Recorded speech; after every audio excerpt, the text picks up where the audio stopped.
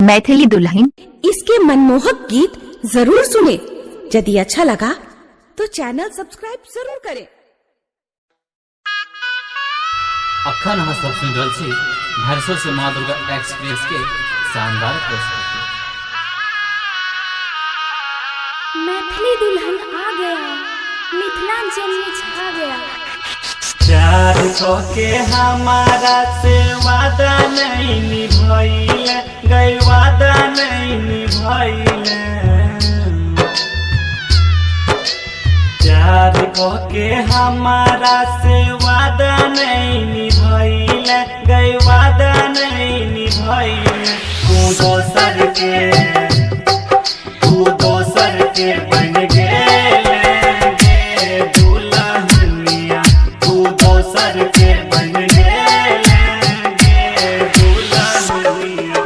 तू पागल हमरा कइल गे सुगनिया, तू पागल हमरा कइल गे सुगनिया। तू दोसर के बन गेल गे दुल्हनिया, तू दोसर के बन गेल गे दुल्हनिया। डीजे सत्यम मदना बाजार।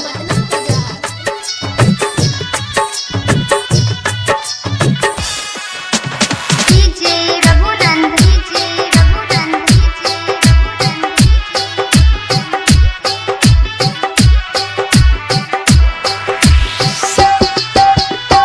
हाथ में हाथ लेके देखने रहे हमरा तू बर सपना।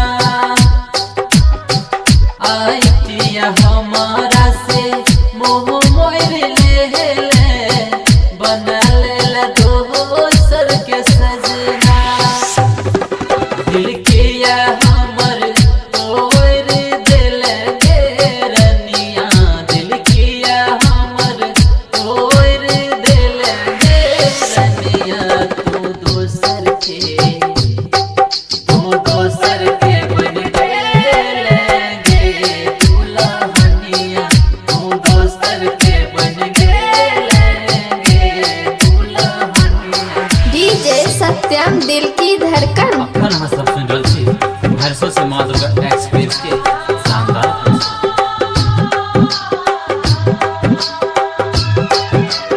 Mix by DJ Prabhunand, by DJ Prabhunand, by DJ Prabhunand.